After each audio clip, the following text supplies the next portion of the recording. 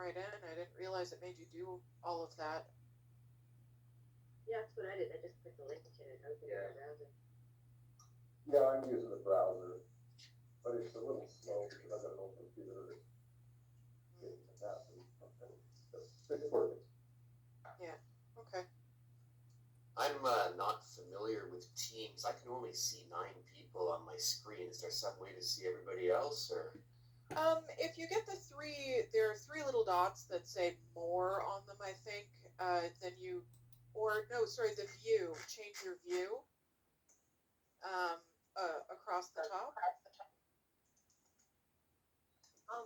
Okay, no, I've got something. I just wanted to make sure Victoria people also have the link. Yes, I see a couple people. Yes, Catherine sent it again. And now we're at 33. I can see my screen 14. You can see 14 people? Yes. Okay. I don't think you're going to be able to see everyone. I mean, I could be wrong, but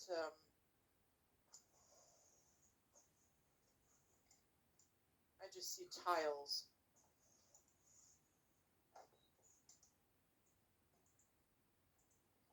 Okay, and you can open it in a browser, click Large Gallery, I guess, and that is how you get to see the most amount of people. Thank you for that. So where is that? I think for me it'll be different than for you, but it's either across the toolbar or if you move your mouse around, sometimes it will come up. Under the three dots, more actions. Okay, the more actions, okay. Mine, yeah, mine is just there. I think because I'm so special. All right. We're still holding at 33.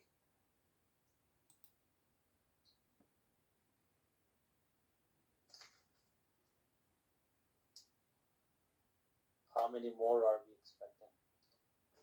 St. Catherine said 35. But we are going to be recording this, so if I share it with you later, if anybody misses anything. Is it okay if I get started? Then that way everybody can go outside and play? Okay. All right. Well, thank you all for coming today. It's very nice to see you, and I really appreciate this opportunity to talk to you.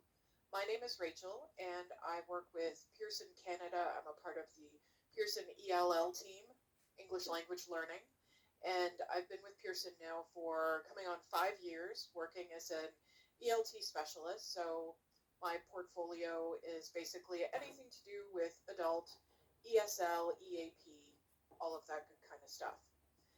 And the purpose of me talking to you today and what we're going to be doing is looking at the digital platforms that our material stands on so that you can all get a better understanding of that.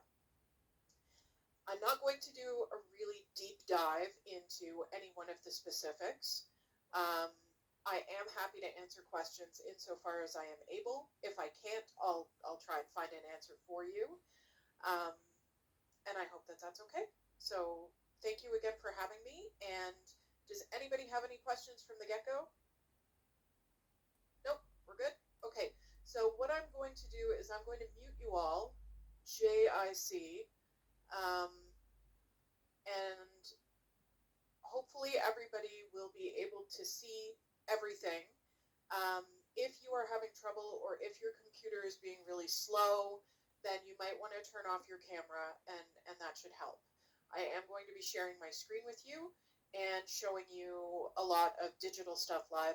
I was going to do a PowerPoint, but it's really better to see it as it's happening, I think. And also, I couldn't find a PowerPoint that did what I wanted it to do. Okay, so that being said, let's dive into the wide world of the Pearson Digital offering.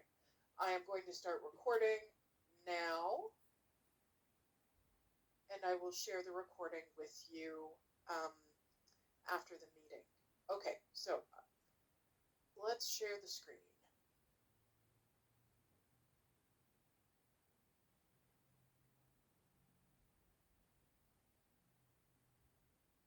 That's exciting. Okay. So, the first place that we start off with is english.com/login, which is where you enter the Pearson English portal. And I am signing in, and you should be able to see, once it comes up, my dashboard. So, this is where all of the magic starts. This is where you always start off with any Pearson products. So the Pearson English portal, or PEP, is the launching point for all of Pearson's digital tools. This is where you will find everything, including your e-texts, classes, resources, My English Lab, which I'll explain more about in a bit, Pearson English Connect, which I will also explain more about in a bit. And so not every product works with every single digital offering. For example, maybe a very old product doesn't have any My English Lab, or maybe a very new product has moved from My English Lab to Pearson Connect. But we always tell you, and we always make sure that you know. So from here, you can see that there are various products, and I have a lot of them. Some of them you might be familiar with, such as Focus on Grammar. So, if I choose to click the drop-down menu for Focus on Grammar, you will notice that you can see a few different options, including a link to the Pearson Practice English app, My English Lab, and in this case, you can either have the full My English Lab or else what we call Essential Online Resources. And Essential Online Resources essentially is whatever was on the CD that was in the book back in the day. We put it all online because the CDs kept getting damaged. People didn't have CD players anymore, or they would lose them. So, as I said, you can also find e-texts here.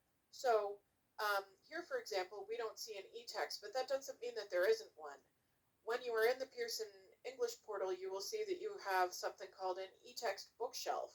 And when you click on your e-text bookshelf, it takes you to where you can find your library of e-texts. And so if you can't find a link to your book right there, then if you click on the e-text folder, then you will be able to find them from there.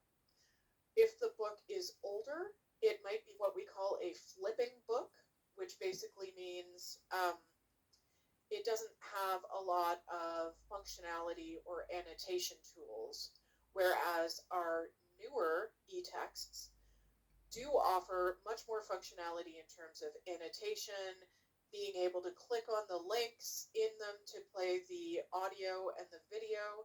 Sorry, just one sec. I think we might have somebody trying to join. I'm just going to have a look real quick like. No, nobody's here. Okay, sorry about that. I heard a beep. Okay. So those are the e-texts that you can find there.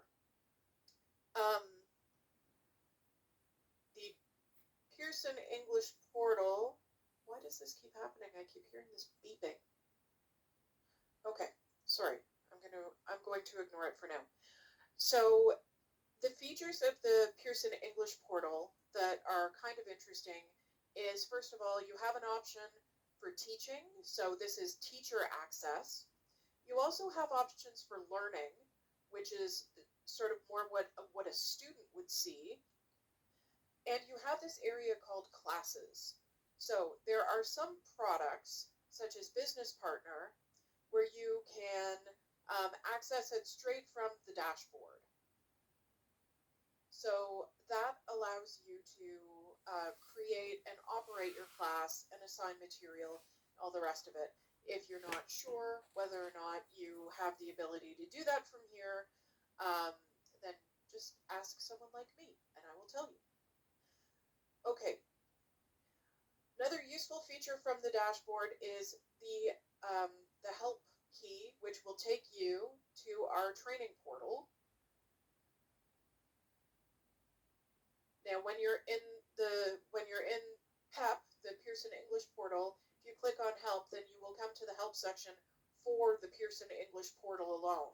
So we do like to warn people that, for instance, if you need help with My English Lab or Pearson Connect, it's not necessarily advised to go straight from the Pearson English portal dashboard. But you can always go to the help and training portal, and from there you can get help with just about anything you could possibly imagine. Okay. Does anybody have any questions at the moment? If you do, pop them in the chat and I'll have a look now.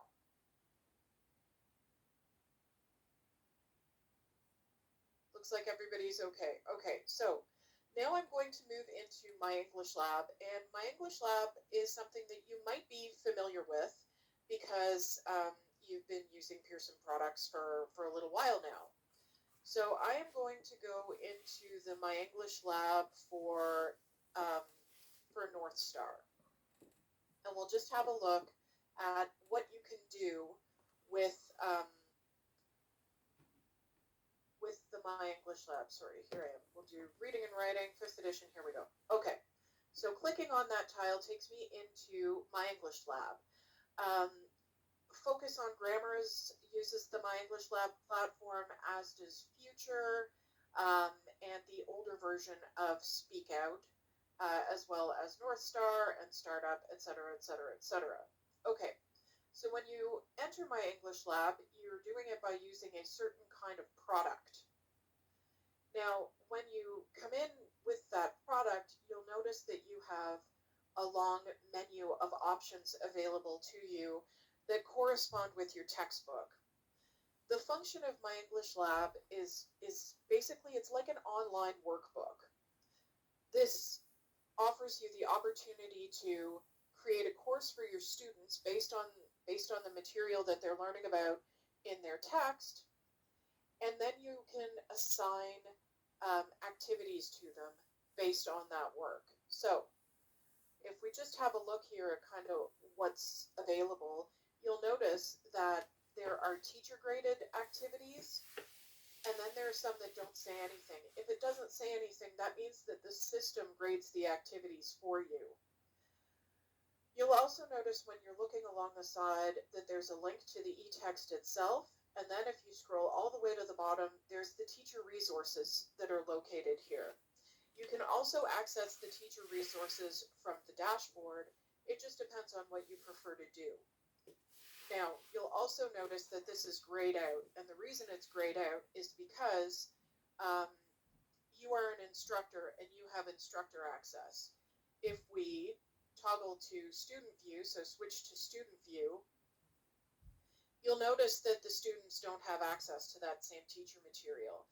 If you're ever unsure of what a student can see and can't see, just use the switch to teacher view or switch to student view, and then you'll know. In the teacher resources folder, you'll find such things as the scope and sequence of the book, just a nice snapshot on it.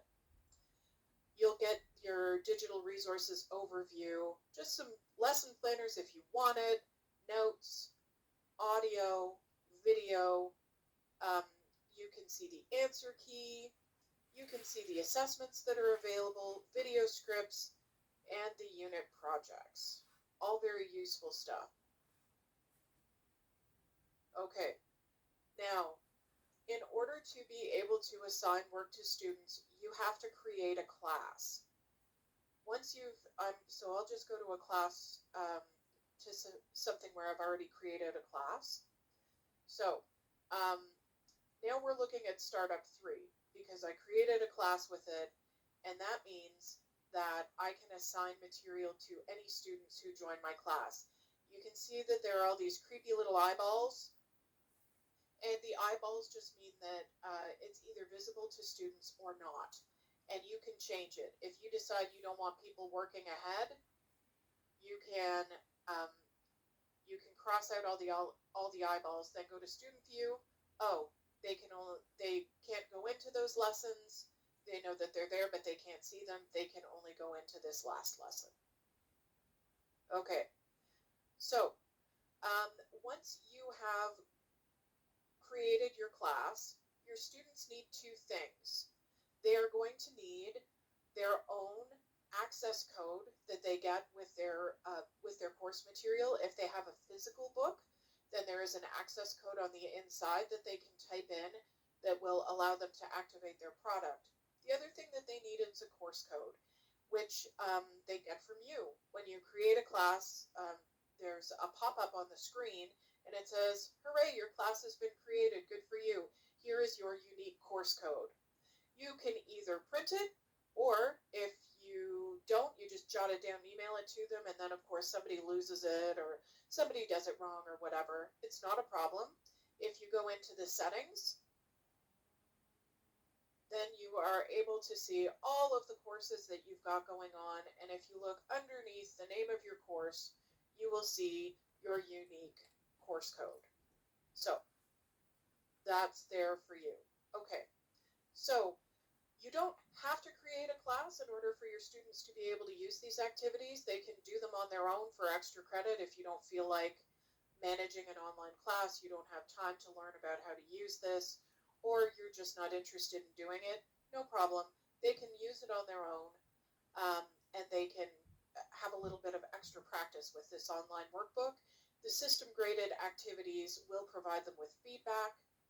The teacher graded activities will not. Okay. You can, with this material, you can manage classes. You have a grade book where all of the metrics are stored for your class, so you can analyze trends and data for either individual students or for your entire class. You can export these grade books into Excel or into Moodle if you want to. And it really allows you to get a good understanding of how your students are doing. It's broken down into assignments or tests. You also have the option of seeing the various attempts, average scores, highest scores, all that sort of thing. So it's really very handy. Okay. So that, in a nutshell, is the My English Lab platform. So again, I'm just going to bring it back to you guys. Stop sharing for a second so I can see if anybody's writing me any messages. And so far, nobody is. Does anybody have any questions about the My English Lab platform?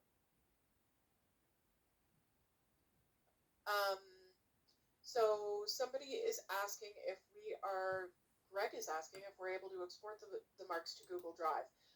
No, not at this time. They don't go to Google Drive. That you can do it to Excel, and I guess, I don't know, copy and paste into a Google format. Google's pretty friendly that way, I think. Okay, thank you.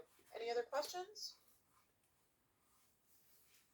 Can we make personalized tests if needed for students? You're very welcome. So, not exactly. Not in the My English Lab platform. However, depending on the Pearson product you're using, there are options for that include something called ExamView software. And in Pearson Connect, which I'm going to show you next, it's our newest and brightest star in the sky. There is a test generator where you can do your own thing.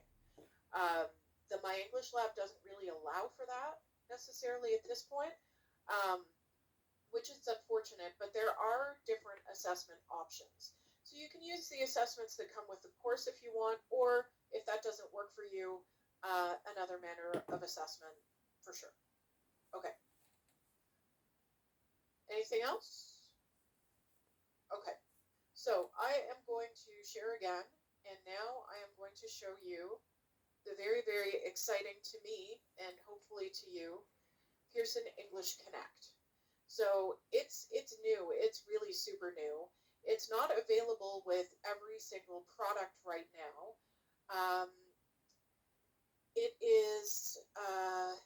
It's available with our newest products, because this is our newest generation of teaching tools. And so our newer series such as Startup, the new edition of Speak Out that's in the 3rd edition is found on here, as well as our newest edition of Future. Soon we will also have our new employability program, Step Up, coming onto this platform too. and this is it's both a self-study program, or if you prefer, it can be a teacher-led program. So it's kind of an interesting option to have. So if you click on Pearson English Connect, or PEC, because we're nothing without our acronyms, you are brought into the wide, wide world of Pearson English Connect. So the first place that you find that you will come is to your content. But if we go home, click on home, you'll see that you get a nice snapshot and dashboard that shows you everything to do with you right now. So you get to see your groups list, and group is the same as class in this setting. You see notifications related to your assignments, so you'll be able to know if an assignment is ready, if it's completed, that sort of thing, and you also have access to your calendar. So what's exciting about Pearson English Connect? There are a few things. There's a classroom presentation tool. It basically functions like a Zoom or a Teams, but it is linked to the product that you're using. There's a chat feature. You can have breakout rooms, all sorts of stuff. So it's really fun to have that option available. There have been some modifications to the gradebook as well, so it works a little bit differently. If you look at the gradebook, again, you can see the same sorts of things that you can see in MEL, My English Lab, but it's just broken down a little bit differently. So you can either look at all your courses, you can look at your specific assignments, and then there's a details option wherein you can sort of see which students are doing what, if they've completed their assignments, the attempts, the errors, what have you. So yeah, a lot in there.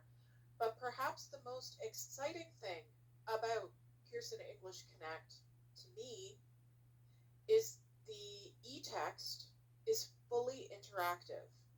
So what does that mean? You can complete the textbook activities online, and the results of the work that you do will go into the gradebook. So for me anyway, this is one of the first textbooks I know of that does that. So I find it a really nice feature, because one of the things that would frustrate me with some other e-texts is you can just read it, or you can make some notes, or you can highlight, but there was never a way to complete the textbook activities. So I'm really happy to have this now. The teacher can also use the e-text when they're presenting to the class kind of thing and be completing activities in there. Now, mind you, if they do that, the materials will not go into the gradebook, of course, because the teacher is doing the activity. The only way that the material from the textbook, when it's completed digitally, goes into the gradebook is if a teacher assigns it to the student and the student completes it. To answer the question before about the test generator. So, the test generator is pretty neat. You have the option of using tests that have already been created for you by Pearson that go along with the content, but if those aren't enough, or if you don't like the questions, you can create your own using the textbook material, and you can use your own stuff too by using the test generator. One of the things that we tried to do with this technology, and I say we like I had anything to do with it, which obviously I didn't, you can bring your own content in addition to whatever you're using from the textbook. You can download materials, you can insert websites, whatever you like to do, you have that option. And you can make a collection, and you can sort of add it to the work that you're doing. There is a bit of a learning curve here, obviously, because it's fairly sophisticated. And to be quite candid, I'm not there yet. I've been working with it. I've been learning about it, but I haven't quite gotten to the point where I am extremely savvy with Pearson English Connect. It's only been out really for use for a few months now, but it does have a lot of fun and functionality. And if you're willing to play around and take some risks in preparing your lessons, you could have a really neat experience. Okay, so so that's Pearson English Connect. Again, not available with all of our products, but it will be for all products going forward. Okay, so I'm going to stop sharing again. Whoops. Now you can see my messy desktop. All right. Any questions at the moment about anything, really? No? Okay. So, in conclusion, again, thank you for having me here today. I really enjoy seeing you and being part of this and keeping you from having fun outside. Pearson's motto has always been always learning. And that is why we keep trying to innovate and keep trying to make the best possible learning products we have and provide them to you. We take into account teacher and learner feedback whenever we are making changes or decisions, and trying to improve the experience. So a lot of what you've seen today is the result of everything that we have learned from you. We offer training, support, and customer service onboarding for everything that we do, and I'm always around and happy to help or find the help that you need if I can't do it myself. Okay, so I see that we do. Oh, Catherine wants to show us how to assign homework in Mel or Connect. Sure, I can do that. Okay, so I'm going to share again. Here we go. And I am going to go back into my English lab. I'm not sure if I have any courses right now that have any students in them. But let's see here. Okay, so here's startup again. Okay, assigning material is fairly easy to do in my English lab. You have the option, once you have students in your class, you'll only be able to complete the assigning process once the students have joined your class. However, I can show you how to get it started. Okay, so let's say I want to select all of Unit 1. I'm going to select all 42 activities. I'm going to assign all 42 activities. So first, choose what you want to do, and then go to assign. You pick a start date and an end date. I'll give them the whole month to do these 42 activities.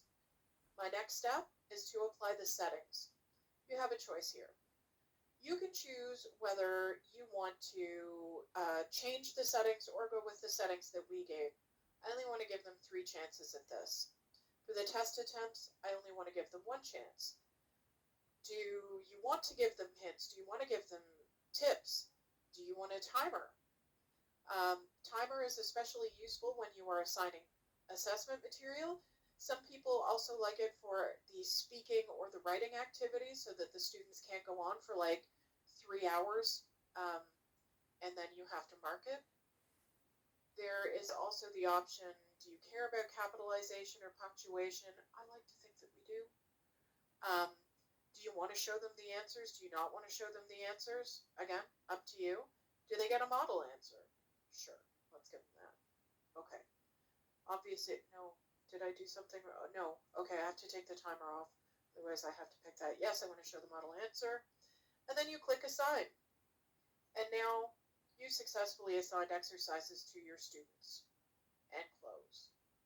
Now, if you come to the point where you're like, oof, okay, what did I do? I'm really busy. I don't remember anything. You go to the Assignments tab. And now you know, you can see in 3 weeks, oh, they have to do all of this. And you can even see a report about it. Do you need to edit this for some reason? You can change your assignment settings if you need to. Okay.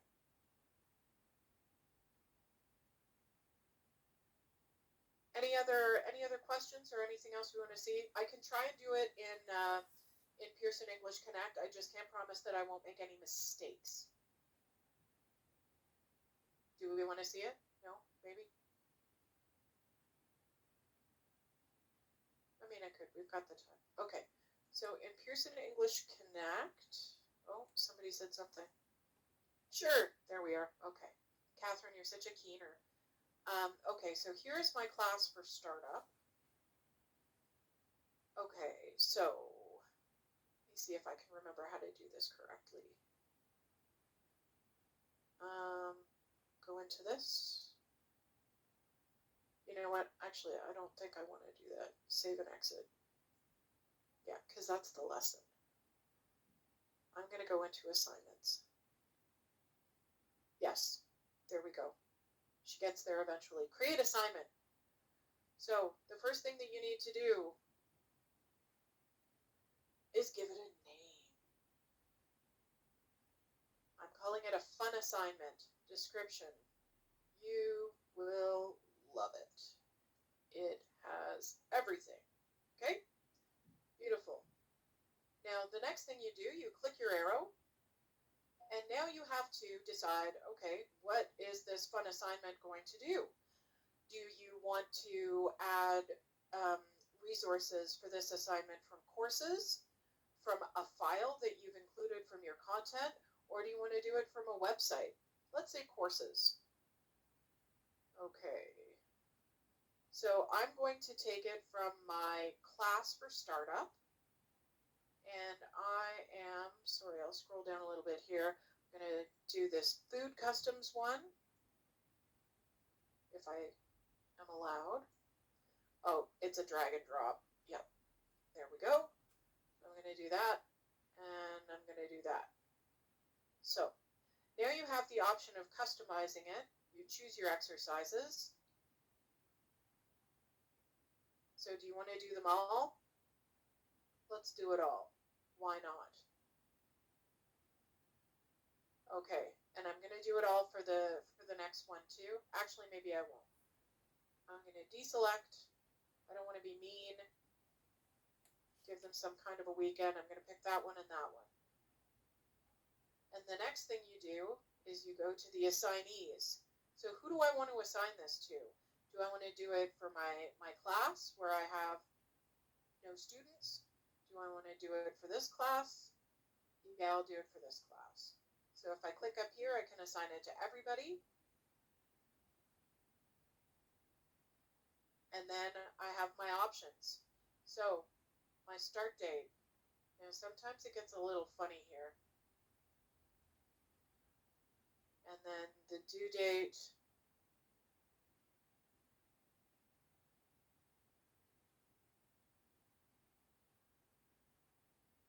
Okay.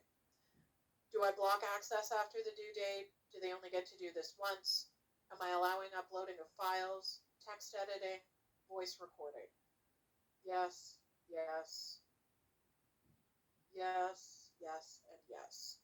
And you have the little help keys here to sort of explain to you what's going to happen if you choose this option. Okay, now I'm going to try and create the assignment.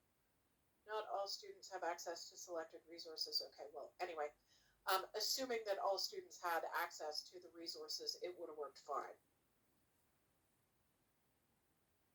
Okay, and then you can see, but why didn't this work? And then you get to know. And then it's like, you know what, it's fine. I don't even care. I'm creating it anyway. And that is what happens. So now, when I go home to the dashboard, you can see, oh look, fun assignment. And then you can look at what that assignment is and what's happening. And I see my student here has been assigned that successfully and has done nothing with it because they're not a very good student. Okay. So relieved that worked. Okay, any other questions? Comments?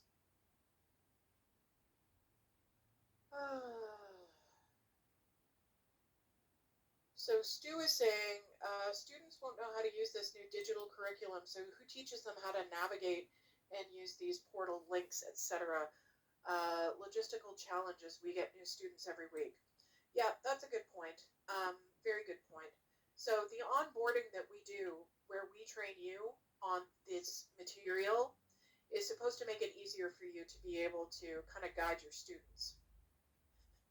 I think that there's a bigger burden on the teachers in terms of learning how to do things. I think that the students, yes, they have to kind of learn how to navigate, like sort of going from here to there and everywhere, but they sort of get led through it. They have something will come up and say, you have this assignment to do. They click on that, it tells them what to do.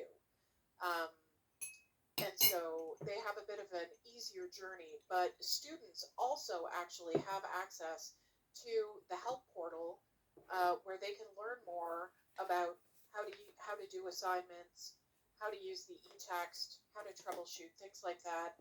And the nice thing about it is they can read it in their language of choice. And we also make our tech support available. And to be honest, I make myself available too. I have students emailing me all the time. Okay. Our students enter our classes every week. If a student enters the class after an activity has been assigned, what happens? You reassign it to that particular student.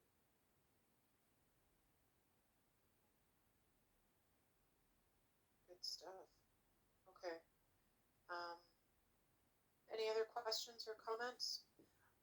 I will type, if you ever want to talk to me, and I hope you do,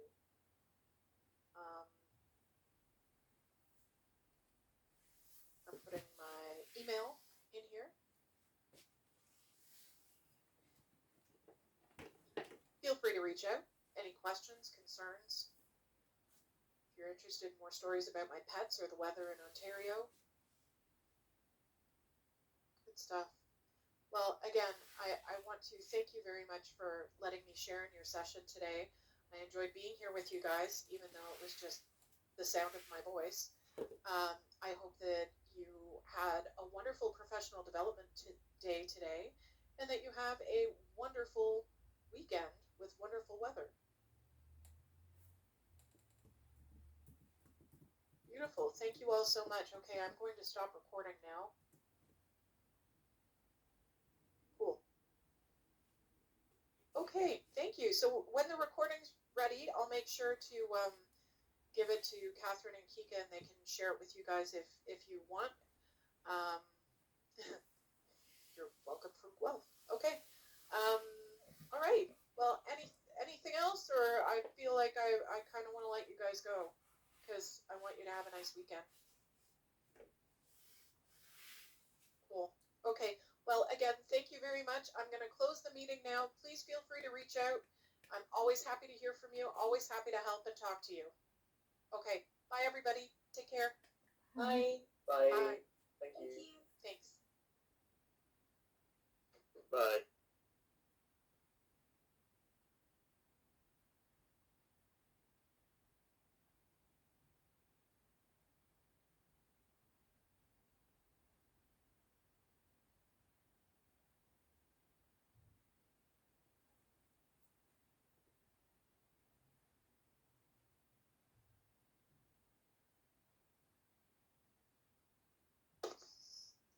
Do you guys know how to leave?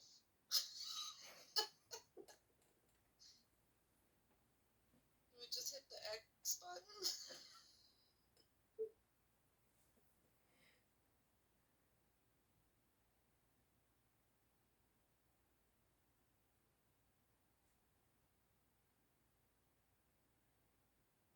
I'm stuck in cyberspace.